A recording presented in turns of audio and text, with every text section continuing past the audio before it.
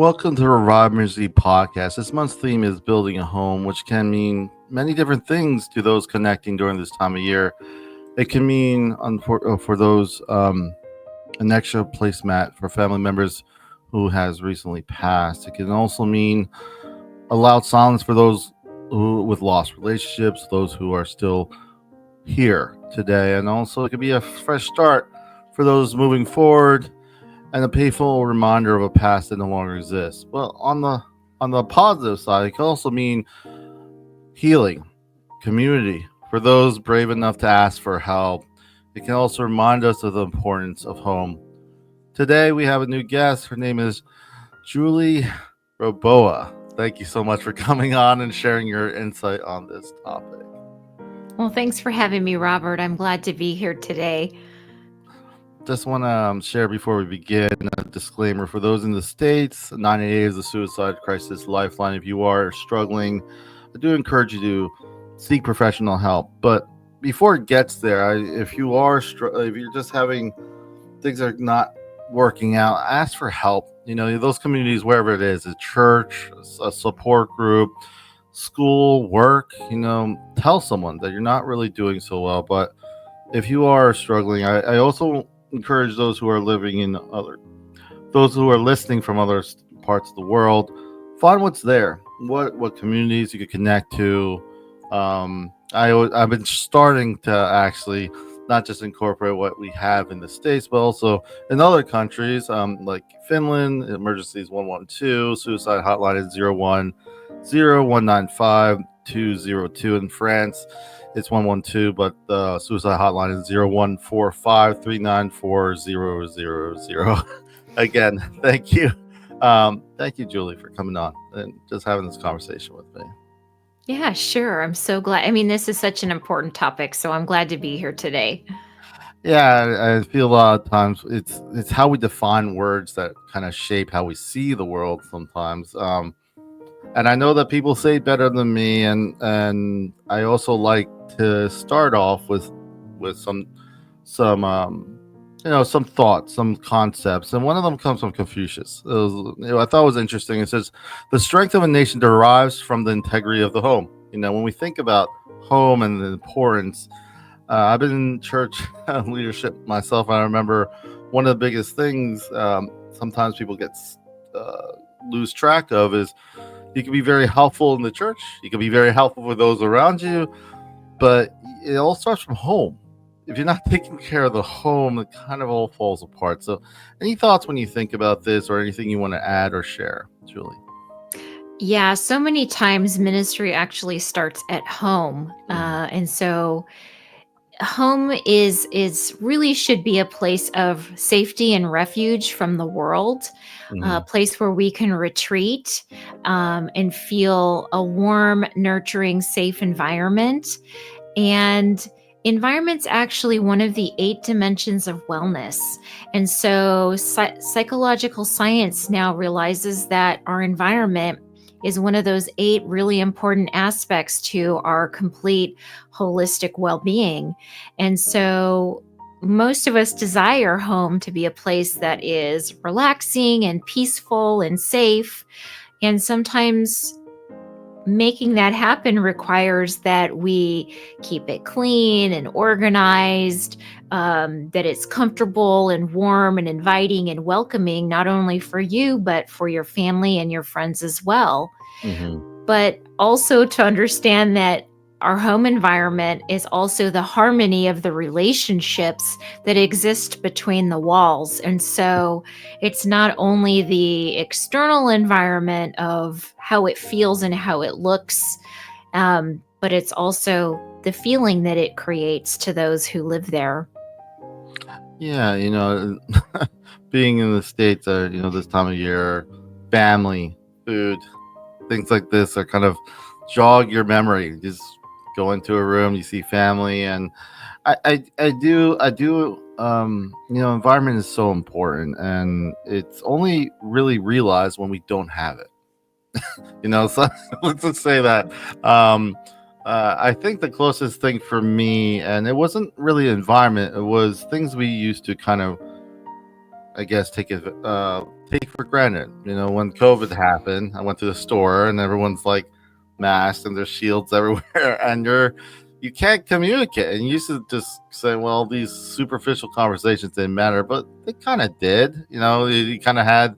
You used to be able to talk to the person maybe you're buying something at the gas station or at the grocery store. It just felt different. And I think along with home, it also brings up safety, like you said, but also I think you're right on when it comes to how environment shapes how it shapes the relationships in it. So by a lot of times working in the field of mental health, environment's a huge part. We kind of look at not only how one takes care of themselves, but also how they we could get comfortable with the negative. We could get comfortable without, and there's sometimes this like pride when it comes to being okay with little or without. But at the end of the day, there's only victims when you think about it at the end of it. So I do like what you said when you mentioned the importance of in essence the importance of creating a positive home. And I know, to kind of piggyback on that, what has helped you, like, how do you make this a vocal point? How do you make this a priority? We get so busy nowadays. We kind of say, we kind of, not every day we could be productive, but what have you seen? What have helped you or you experience create these positive environments, even when things are not going so well? Julie, anything like that? Well, yeah, and I would say that the catalyst for me was actually a very negative home environment growing up. Mm-hmm. My mom had some pretty serious mental health issues that were untreated. It caused a lot of chaos and there was a lot of family dysfunction occurring. And so it was a very negative and critical and emotionally abusive environment. And so when I became an adult, and I had my own family, Mm-hmm. I didn't want to do that to my children. Mm-hmm. And so for me, that was a catalyst to really create a positive, nurturing, and safe environment for them. And so I took that negative experience growing up and I used it to say, okay, this is what I don't want to do. And so now I want to create something safe and positive. And so for me, that was one of the catalysts. And what was so rewarding for me was actually also during COVID. My daughter was a freshman in high school and they were sheltering in place for an entire year doing school online. Mm-hmm. And a couple years later, she said to me, Mom, that year that we were at home during COVID was one of the best years of my life. And I thought, wow, there's so many teenagers who are struggling with loneliness and isolation and depression and all of these negative and anxiety and stress. And somehow I was able to create such a positive and warm environment for them that they see that as a positive experience. And that's because we spent a lot of time together. We baked, we did workouts together. We watched, series of TV shows together, puzzles, games, game nights. We did backyard parties, for birthdays and things, even if friends and family weren't able to attend. And so for me, that was just sort of a pat on the back that Mom really did change that environment and did not repeat those negative cycles of trauma and abuse that occurred when I was young. Yeah, and it's interesting how much perspective and reframing in this situation and taking a different approach can make something that may seem like an obstacle something that could be something better. So I always say that less is not always more, more isn't always less. It's conducive to know the context of your environment and know only also what's, I would say, important. I think for me, I when I think about home, what reminds me that is it, like you said, the intentionality. Like me and my wife live together, and I make it a point to be present. We could we could be so busy just being busy, but when I have a long day at work and I do get those and I'm driving home and I'm excited to get home. That's a nice that's a nice feeling. And there's no like reason. It's not because we're going to this. No, it's just excited to be home, and it's a nice feeling because it's ambiguous. It doesn't require anything else just than to be around those who you love, because I feel sometimes we're reaching, especially this time of year. It's hard for people. But when you can create an environment like you're describing, and like what I continue to strive, it's not like something you just have. You kind of have to keep working on it. I feel it helps. Um, I want to just mention this. And a lot of times when we think about Friedrich Nietzsche and love, we think about other things. But he said this thing that I thought was interesting: is that in family life, love is the oil that eases friction, the cement that binds closer together, and the music that brings harmony. For someone who had a lot to say, I like what he says here. It is very positive when you think about family. He's at least in essence, despite all that was going on in Friedrich Nietzsche's life, and those who know have read his stuff, it's for me more impressive that he recognizes family and home and then the importance of it. Anything you want to add or say or stop me or anything you want to add? Thoughts? Yeah, I mean, yes, love is what binds us together, even if we have disagreements or Mhm. don't see eye to eye and things like that. The bottom line is that love that we have that. And the Bible says, love God first and then Mhm. love others as yourself. And so when we keep those priorities in check, Mhm. I think love is able to grow and flourish, Mhm. because sometimes when we put ourselves first or our work first or other people first, it's Mhm. out of order. Yeah. But when we follow the order of what God has said, Mhm. him first and then love others as ourselves, our Mhm. priorities fall into a more optimal um, a more optimal um, order. Yeah. Yeah. Working in the mental health field, a lot of times the biggest barrier is a lot of times ourselves. And I'm not saying that to be quaint, but a lot of times with everyone says there's a lot of stigma in mental health, but I feel like we don't really describe it well. At least I haven't heard it because yeah, people won't understand it. And I understand like my parents, generations before, how would they? They never really experienced it. It wasn't, and we're still learning. I think what I guess I see the trend is when I see it when I'm working with someone, I see the person first, and then I see what they're going through, not the reverse. Never the reverse, And I'm also reminded that mental health has the word health in it. It's not mental maintain. Let's let's mentally just like not touch any buttons because we don't.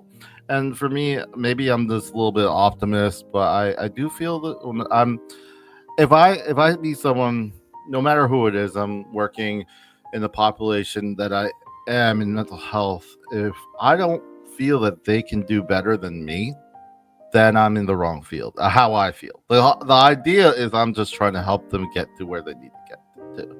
So I think for me, I learned a lot that way, especially even though it's not directly related to home or how building a home, but it's building a mindset of how you interact and how you see the world. Because if it's rigid and it's like it has to be calculated, this or that, it can be overwhelming when you're not doing so well, when things are not going. If I'm going out to dinner with my friends, it's very easy to be happy or very easy to be. But when the going gets rough, that's when sometimes you see where your family really where that line is, if that makes sense. As we speak about getting this time of year, holidays can be hard for some. what have you learned in maintaining a positive community?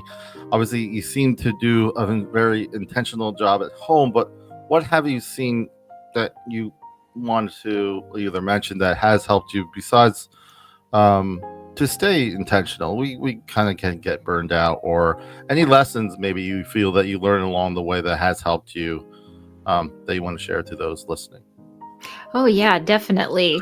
And so, people are aware that, I had a very difficult childhood. And it's important to remember that the past does not have to define your future. Mm-hmm. You have the ability to cultivate healthy and positive relationships. And so, even if you've had really challenging family relationships that maybe fall into the toxic or abusive category, um, you know, that doesn't have to define all of your other relationships. You can change the ratio of Mm-hmm. influence. So, what I have learned is really to surround yourself with positive and supportive community. So that way, you're having more positive influence than negative influence in your life, and it will really begin to shift how you think, how you feel, how you relate to other people, because now you're in healthier relationships. And so that's one of my suggestions, is change the ratio from negative to positive, Mm-hmm. because Proverbs 4:23 says, above all else, guard your heart, because everything you do flows from it.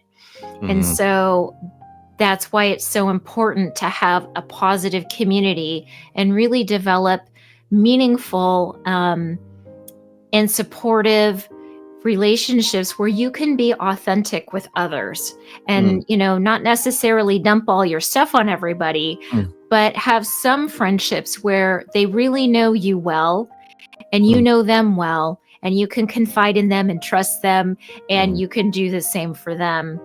And so sometimes that requires using boundaries with some of those toxic and abusive people, so that you can protect your peace and Mm-hmm. protect yourself from relationships that may still be abusive, even if you're an adult. We see Jesus using boundaries as well. He would tell people the truth. Mm-hmm. He would tell them, hey, don't sin anymore. But then he also gave them the freedom to choose Mm-hmm. if they wanted to change or not. We Mm-hmm. don't see him begging people to change, coercing them, trying to twist their arm, arguing with them, threatening them.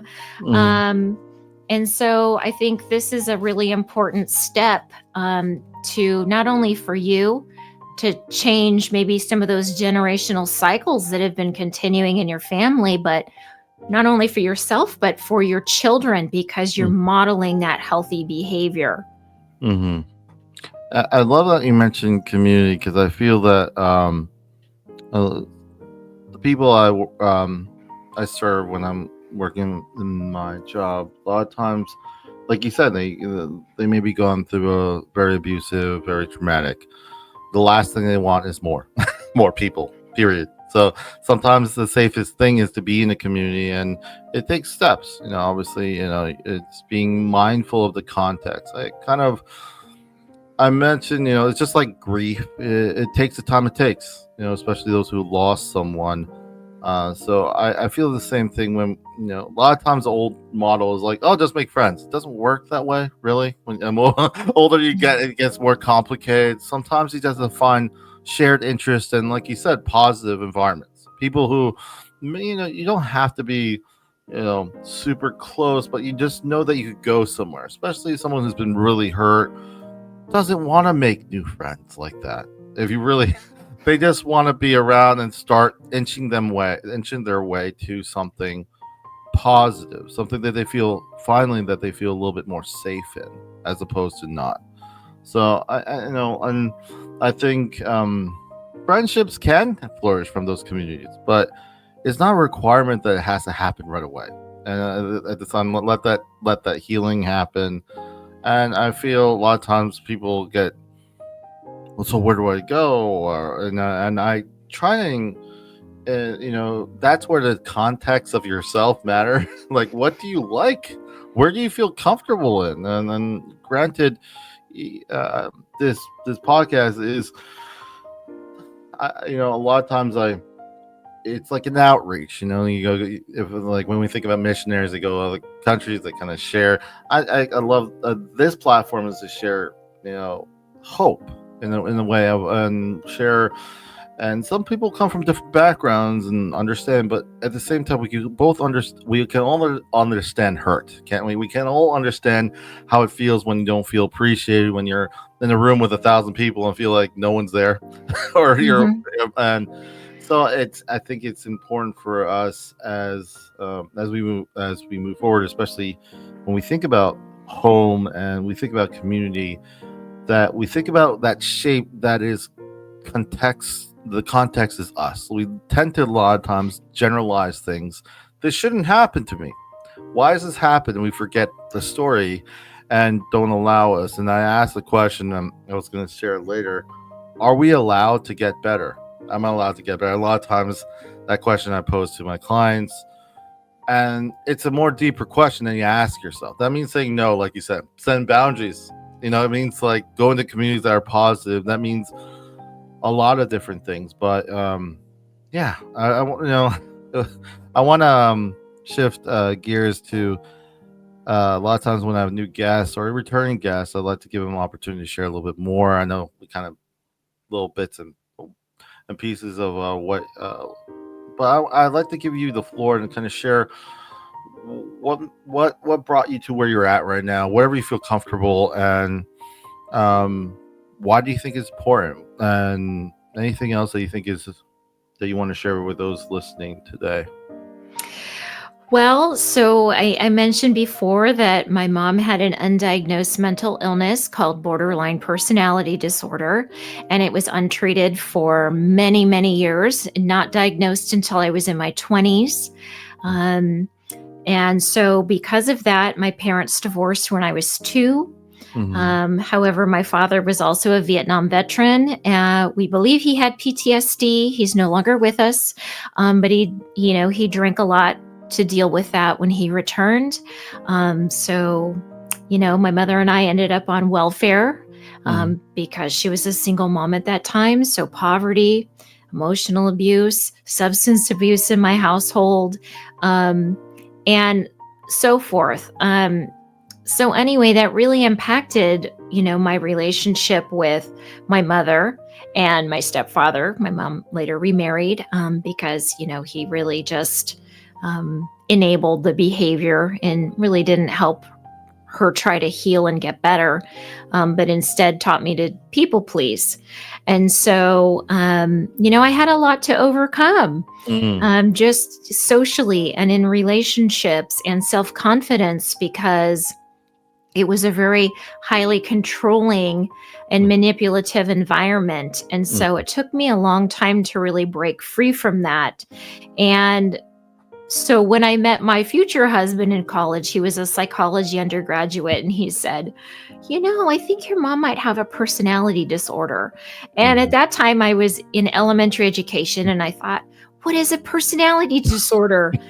I had never heard of it before. And then he said, you might want to use boundaries.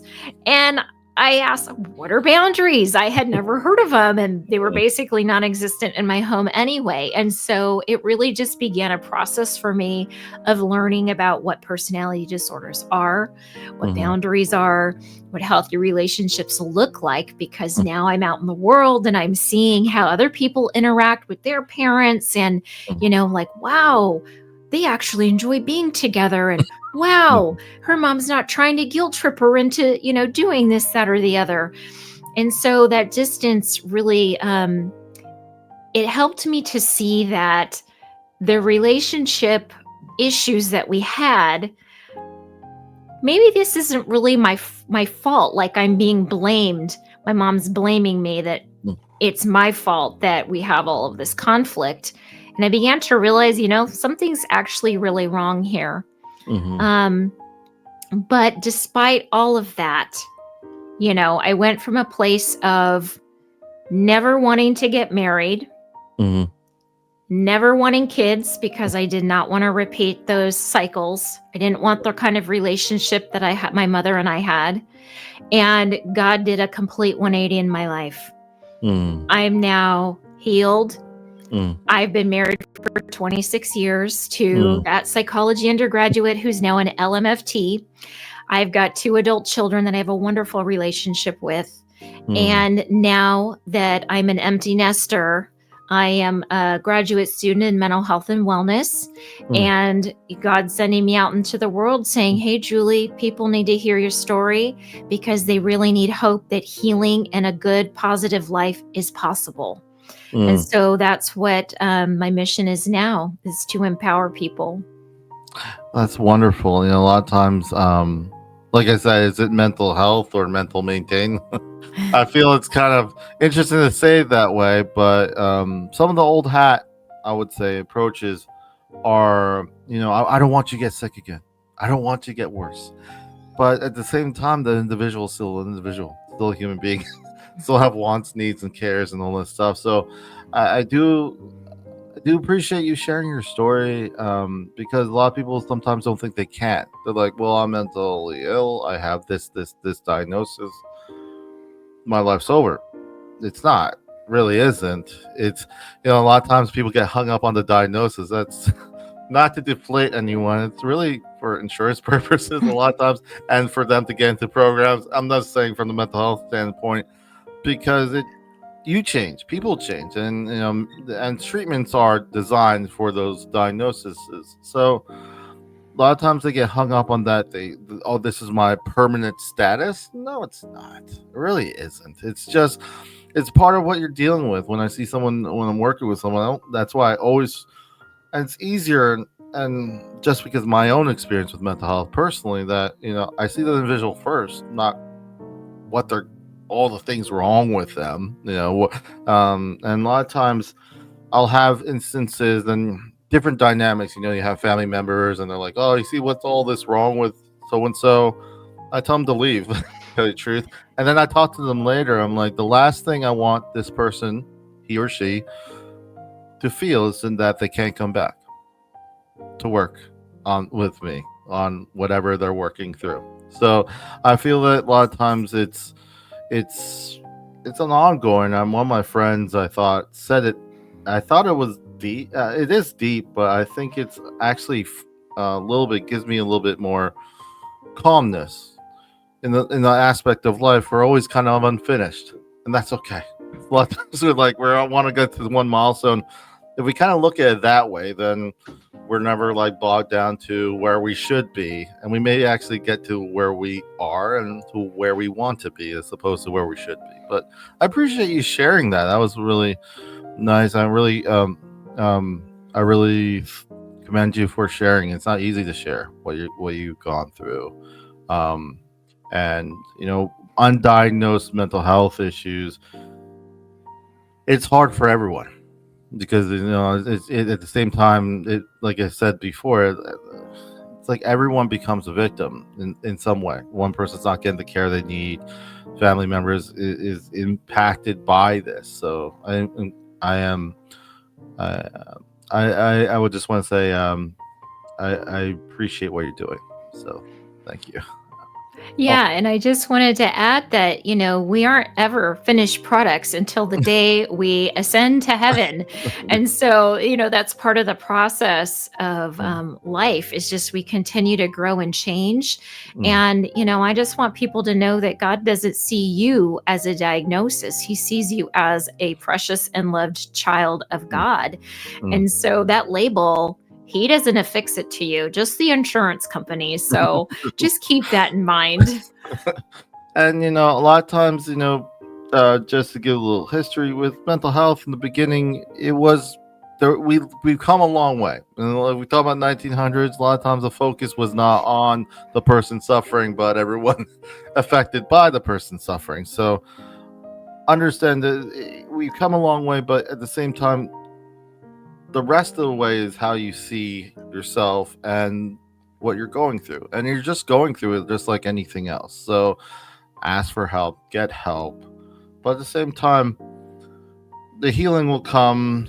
how you say, don't rush is my point. Like, if medicate, one thing that's interesting, at least in my field, I've noticed is they gain a rapport, let's say with me or with like one of the prescribers or whatever, and they're like, I like them. I don't want them to feel bad that the medicine's not working or the treatment's not working. Please tell us. Just tell us. Like, it doesn't hurt our feelings. We just want to know what's going on, and if we need to refer. So the process is going to be unique to you. You're not, at the same time. And the question goes back: are you allowed to get better? That means, are you allowed to heal? Are you allowed to feel better? Are you allowed to be a human being again, or a label? And that's where I want to share. Mother Teresa said it this way. I like what she says. She said, "What can you do to promote world peace? Go home and love your family." I like the simplicity of it. A lot of times we're like, "Oh, we have to do this, this, this." It's just how you treat the home really kind of expands to how you see the world around you and how you treat people around you. Um, Anything you want to? I know we covered a lot so far, but anything that we haven't spoken of that you want to share, or anything else? Um, let's see. Well, yes.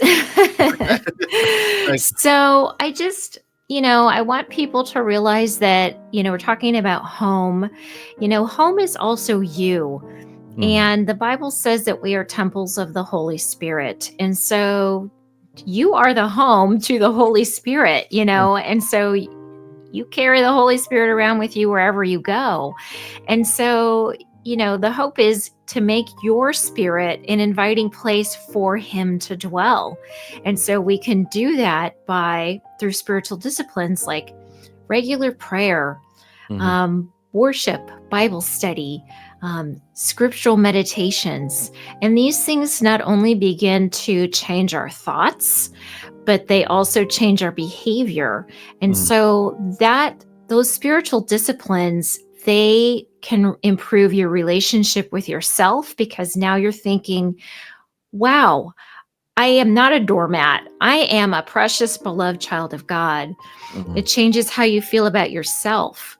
It teaches us how to relate to God. So it improves our relationship with Him, and it improves our relationship with others when we, see and evaluate how am I making others feel?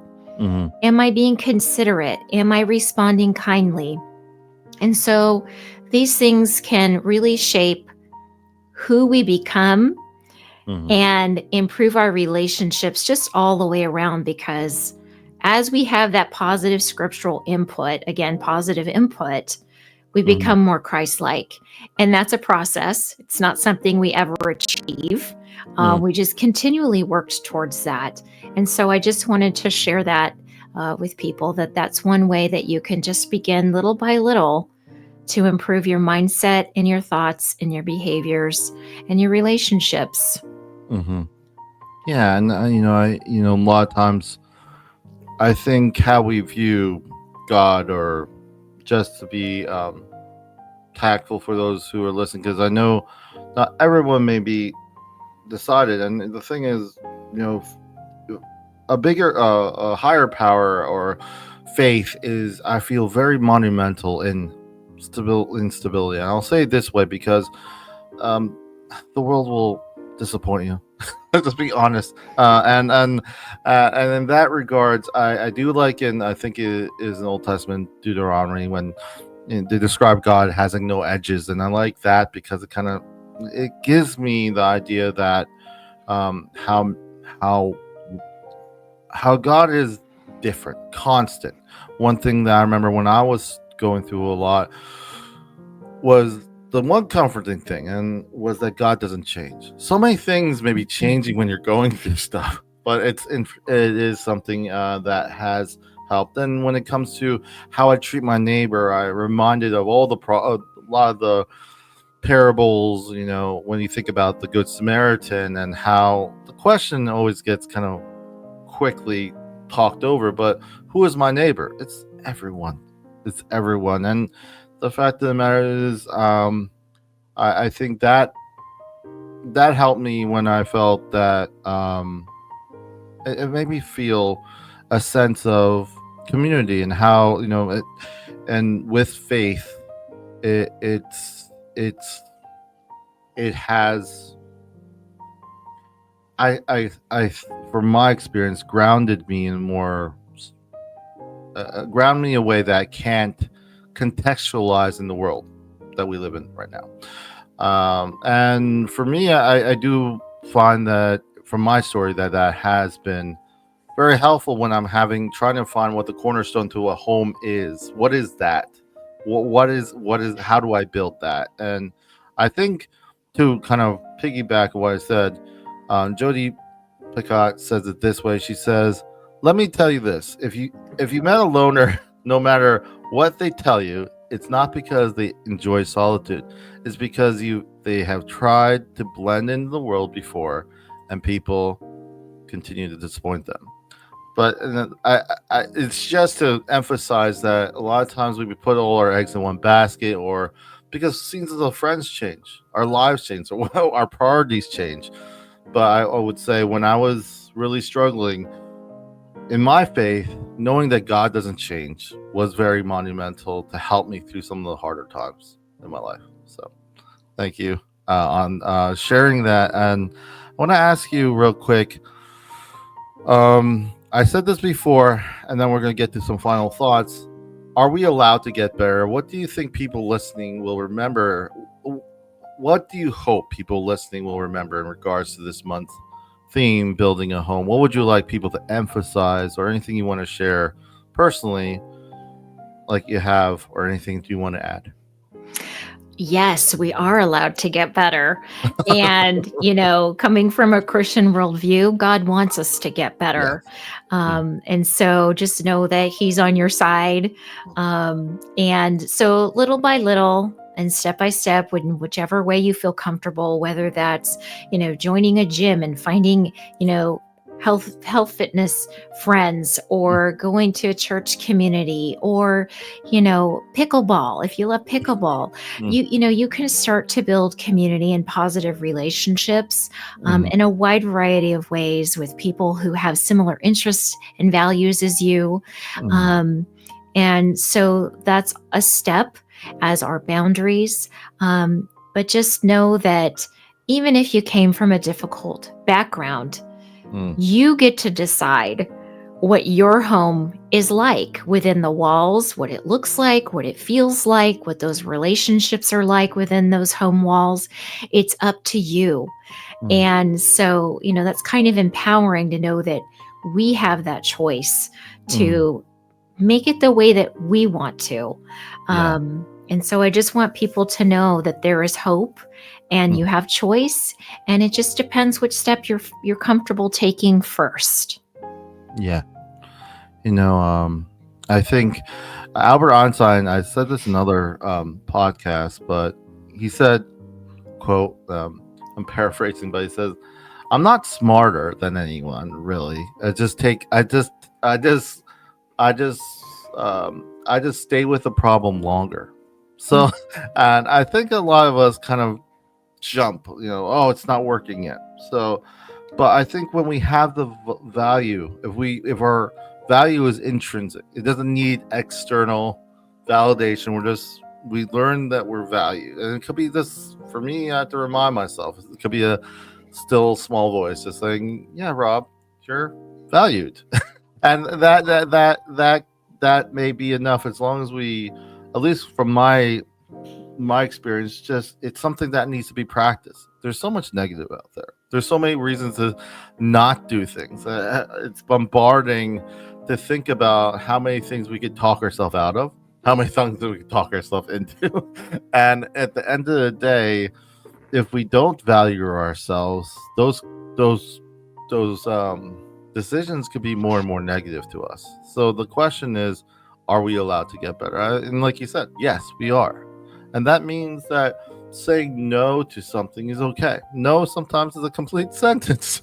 You don't have to explain. Sometimes we are going through a lot. And like you said, safeguard your heart. Like whether even if you're in church and your church community, don't feel like you have to be a doormat and do everything for everyone if you're going through something. One thing I always kind of say is, um, you know, I always kind of encourage that you have to take care of yourself. You know, don't commit if you're having health issues.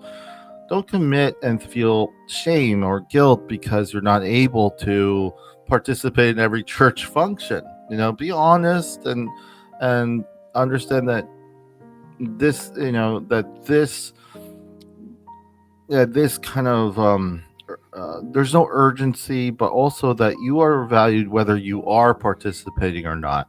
You are valued just, and when we are able to remind ourselves of that, I feel then and this is a constant thing, that we can feel a little bit more at peace at where we're at.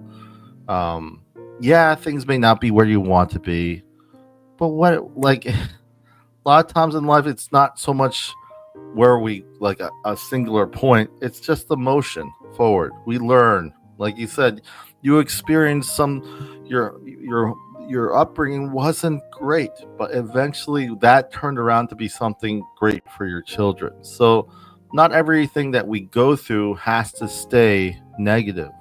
You know, a lot of times we could turn around and learn and grow from it. I wanted to say the Second Corinthians 12 verse 10 was one of the things that I used to love, kind of reading when I was really struggling for the sake of Christ.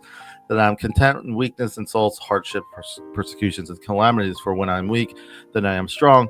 There's something humbling when we're actually put ourselves out there.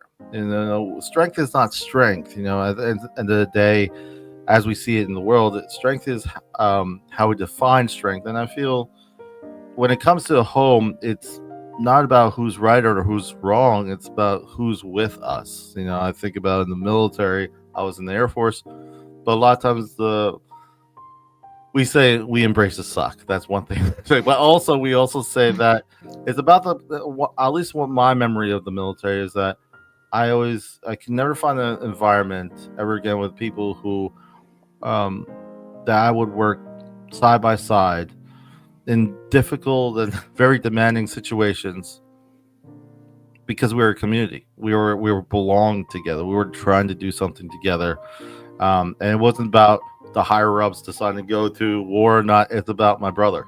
That's it. Who I'm with. So that's my final thoughts as we think about home. Any last words of wisdom or anything you want to share before we wrap up?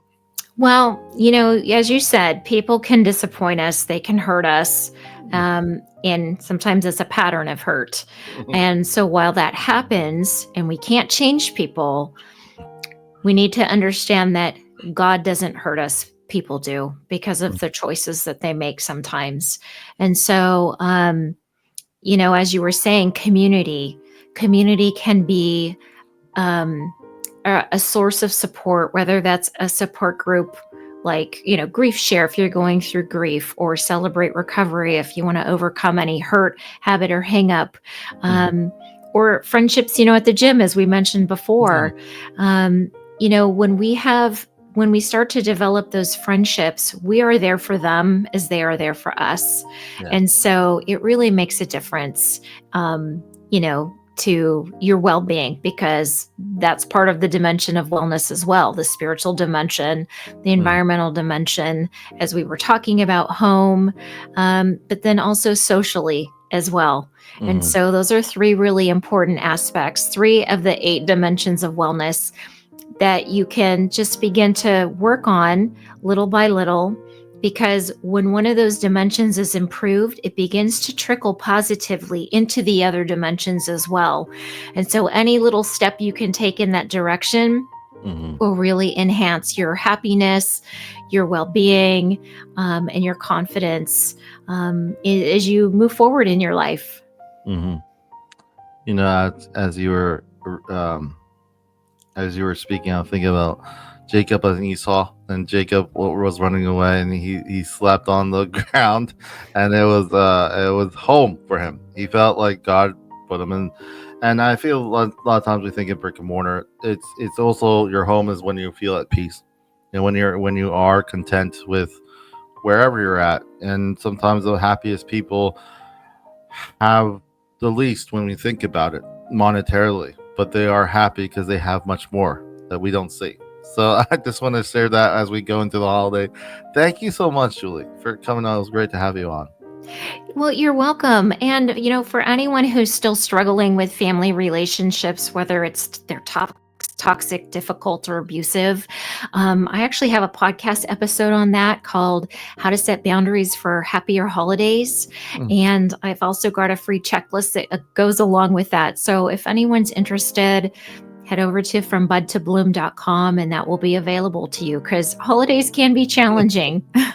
And to those listening, there'll be links in the notes so you could just go and check out what Julie is sharing. I do encourage you to check it out, especially holiday is challenging. I think it gets more challenging sometimes for as we grow up, as we kind of see things as they are, and as people grow older, so does our parents, so do the loved ones, and sometimes they're no longer there anymore. So I do encourage you to find those resources, just like Julie has mentioned. Thank you so much, Julie, again. Thank you for having me. I appreciate it. Just want to remind people to stay updated with Revive Ministry through the various platforms. ReviveMinistryFL.com is our website. Leaving the last quote from Mother Teresa, she said, "The most terrible poverty is loneliness, the feeling of being unloved."